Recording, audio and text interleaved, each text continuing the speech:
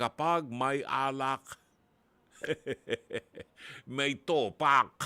Narito. So, perwisyong lasenggo ang inirereklamo ng kanyang kapitbahay. Siguro malapit sa sari-sari store nakatira ang mga ito. Sa tuwing malalasing daw kasi ito, ay nagkakalat ng tubig, alak at pasintabi po, pati ihi. Yuck! Ew! Mula sa taas, tumatagas daw kasi yan sa baba. Natirahan ng kapitbahay. Laking pasakit sa kanila ang lalaking ito na kapag may alak, may topak. Kapit kwarto ko po si Maring Ala. Lumalabas po dito yung panghe kasi lagi nga po umiihi si Pogi sa taas eh. Kaya Ate Ala, pasensya ka na sa perwisyon ni Pogi.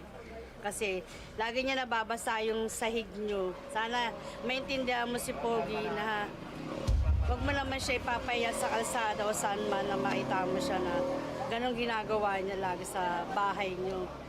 Pag sinasabihan po namin si Ate Sally saka si Pogi, sila pa po yung galit. Kasi ay, Tita Ala, hindi na makatiis kasi perwisyo nga po yung mga kapitbahay dito na napanghinga po yung ihi nila. Si Ate Ala kasi bungangera yan. Lagi na lang niya inaano si Ate Sally sa si Pogi. Hindi na lang niya pagsabihan ng maayos para wala silang away palagi. Ang napeperwisyo at ang umano'y sa laulang kapitbahay, Ala at Sally, harapan na.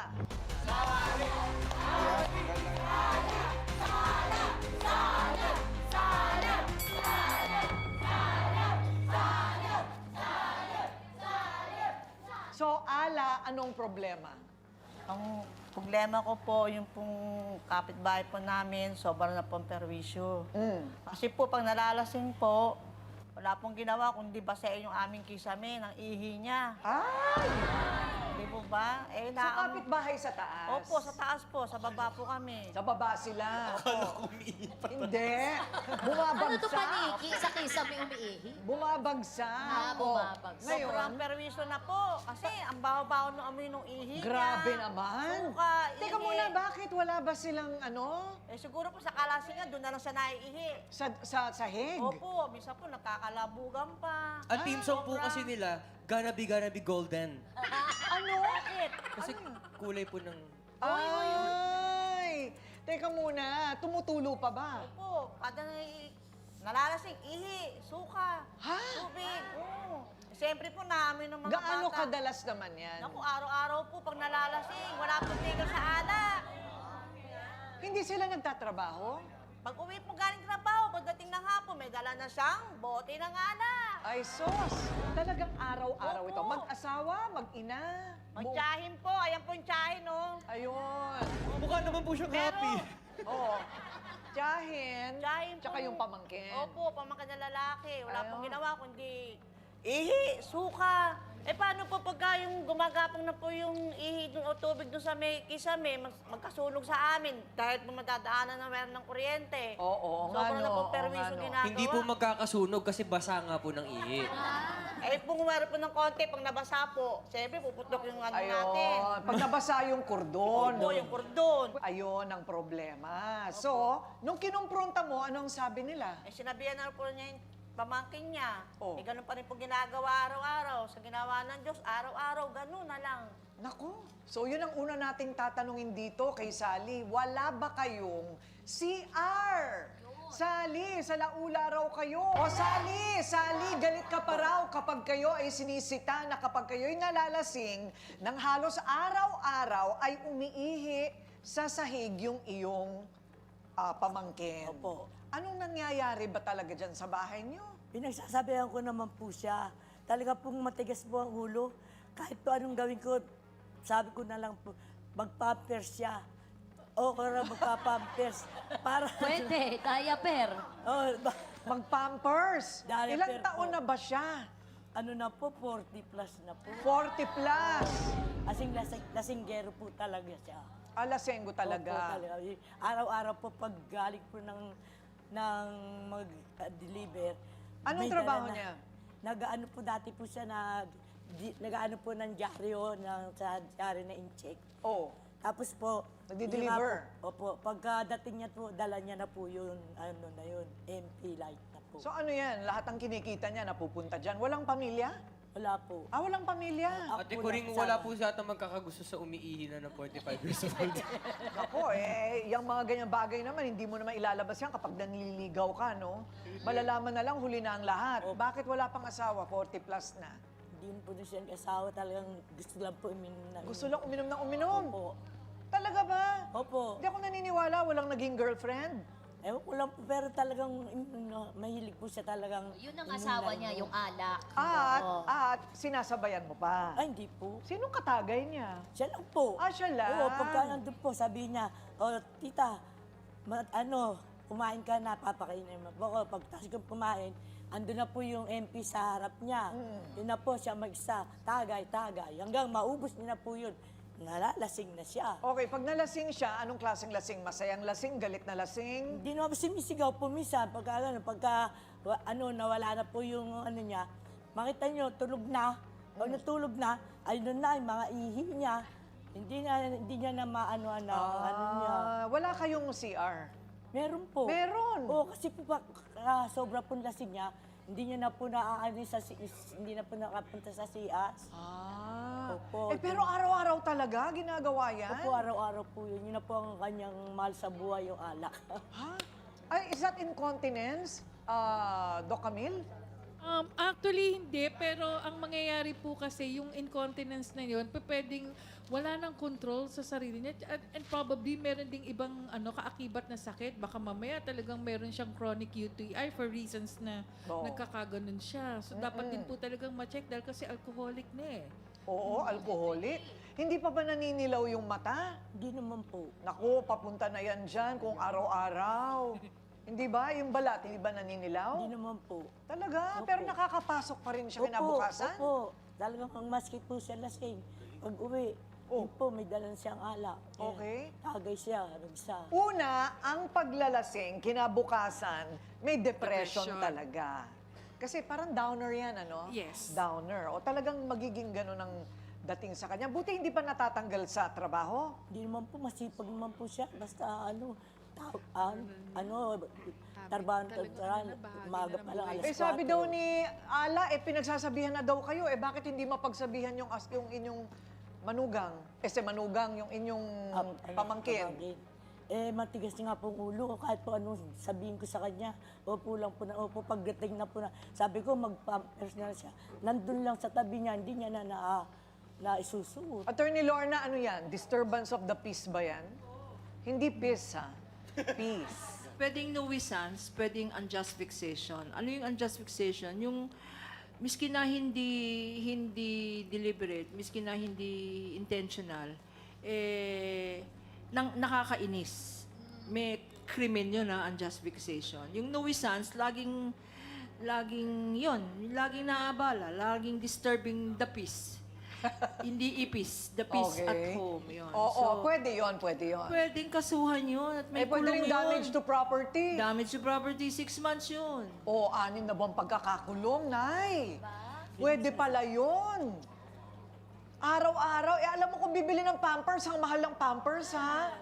Lalo yung pang matanda. At saka ate ko rin, kung araw-araw, every day is an offense.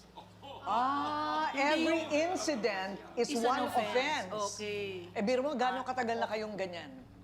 Na May iniihian? isang taon na po. Ayaw ko na nga po parating sa barangay dahil siyempre po magkakapit-bahay lang kami. Ayaw ko na po makarating doon dahil hindi naman po kami iba sa isa't isa. Kaya lang, sobrang na pong baho na nararanasan namin. Pero kailangan yung pagtrabahuhin ang inyong barangay. Oo nga. Kailangan mamagitan sila. Yun muna ang unang hakbang.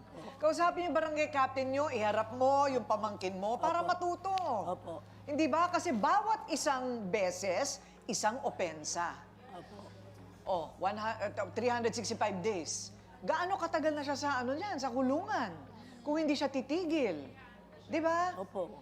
Ang isa sa magpapatunay na talagang perwisyong dala ng lasenggong pamangkin ni Sally. Hilda, humarap ka na.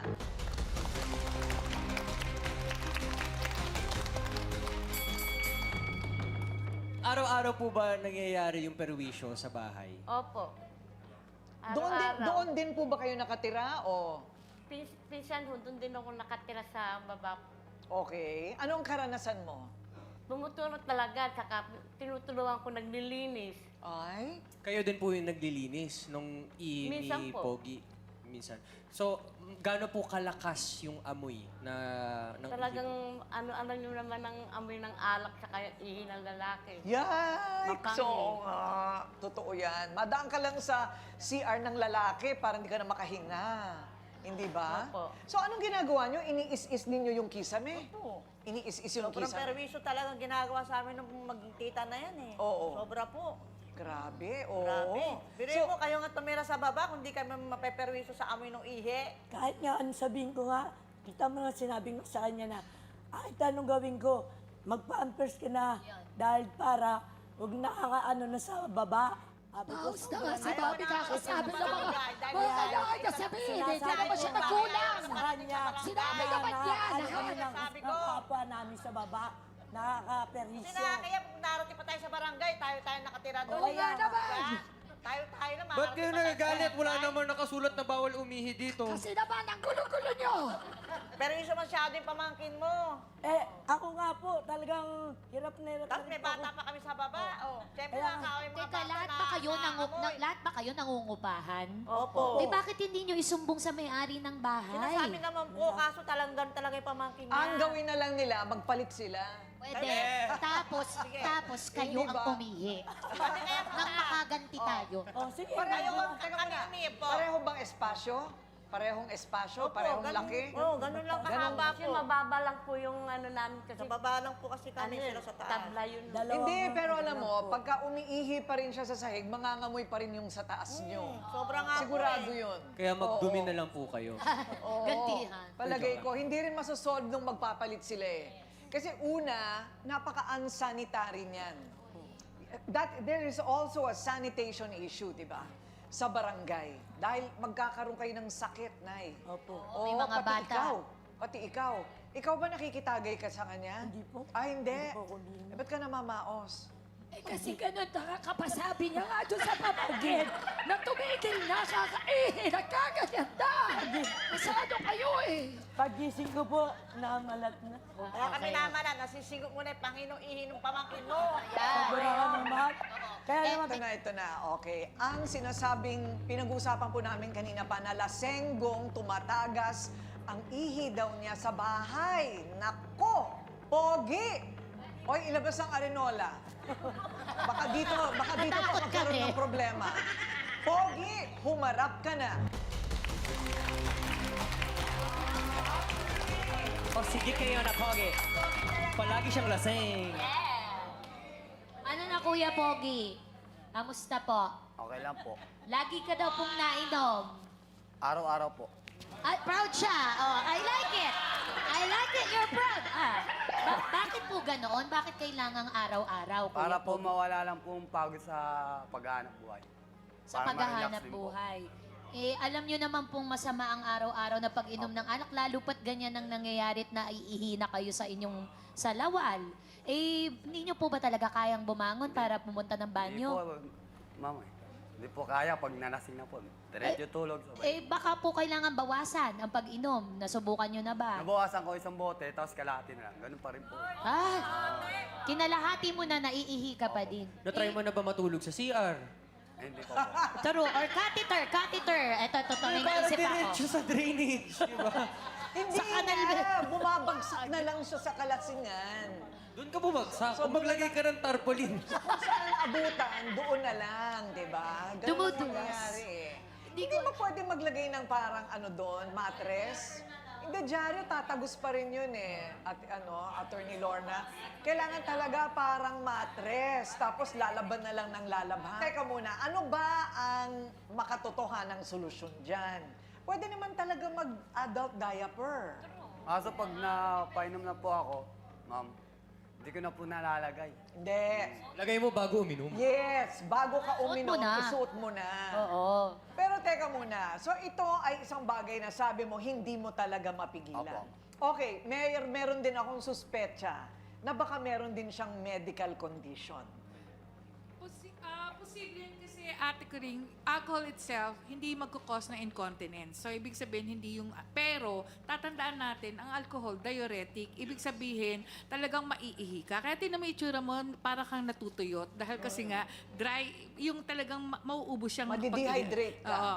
So, maaring diabetic ka. Pangalawa, meron kang high blood. Pangatlo, kung ano mang possible na condition sa puso, lahat yan, sa kidney, kaya pwedeng magkaroon ka ng ganitong klase na hindi mo na makontrol yung pag-ihi mo. Kasi sabi mo, di ba basta nakakatulugan ka na lang tapos bigla kang maiihi. Yun yung malaking problema dito. Yung medical condition, nakaakibat niyan, hindi lang tungkol doon sa pag-aalkohol mo, yung pag-iinom ng alak. May problema ka ba sa buhay na matindi? Wala naman po. Wala naman. Ayun naman Ay pala. lang talaga pag inom mo lang ka. Kaya nga, pero alam mo, ang tatamaan dyan, liver mo, tsaka kidney, ha? May pera ka ba pang tustos sa pagpapagamot? Wala pa naman po. Delikado, kailangan magpa-check up ka na. Brother June, sabi ng Biblia, love thy neighbor. Paano ngayon ito? Diyos ko, kawawa naman ng Diyos. Naaawa ako sa Diyos. Paano ko naman mamahalin yung kapitbahay ko? Humihigop ako ng sabaw ng tinola. Biglang may tutulo doon sa kisame. Ew! Ew. Alam mo, Pogi, sa tanda kong to hindi ko lang ma-imagine kung anong gagawin ko sa sarili ko pag may taong magre-reklamo sa akin na ang irereklamo yung kababuyan ko sa katawan ko na pag ako'y nalasing, umiihi ako at yung ihi tutulo dun sa kapitbahay ko. Ang laking kahihiyan para sa akin yon. Pinapanood kita kung tinatablan ka ng kahihiyan itong oras na ito. Nasa national television tayo. Buong Pilipinas napapanood ka kahit sa ibang bansa. Ngayon lang ako nakakita ng taong katulad mo na naiihi na paglasing, ayaw pang tumigil ng pag-inom ng alak. No? May something must be wrong. May problema siya kung bakit hindi niya makontrol yung sarili niya. But yun ang malinaw dyan, Pogi. Yun ang malinaw. Pinakamagandang suggestion yung sinabi ni Ryle. Doon ka na matulog at uminom sa loob ng banyo, ng toilet. Para maupo ka doon sa trono mo. Kahit nag-iisa ka, uminom ka ng uminom doon, diretso na yon. Mag-alis ka na ng underwear mo, maupo ka doon, pag maiihi ka, diretso na. So, hindi na maistorbong kapitbahay mo. I could imagine, Nanay Ala, ang panghin ng bahay mo, miski linisin mo yan araw-araw, ang baho niyan. Palinis mo kaya sa kanya. Mga kapatid, ito po si Brother June Banaag. Dito tayo sa totoo. Dito tayo sa True FM. Mag-subscribe at i-follow ang mga social media accounts at True Network PH sa FB, Instagram, X, YouTube, TikTok, and podcast.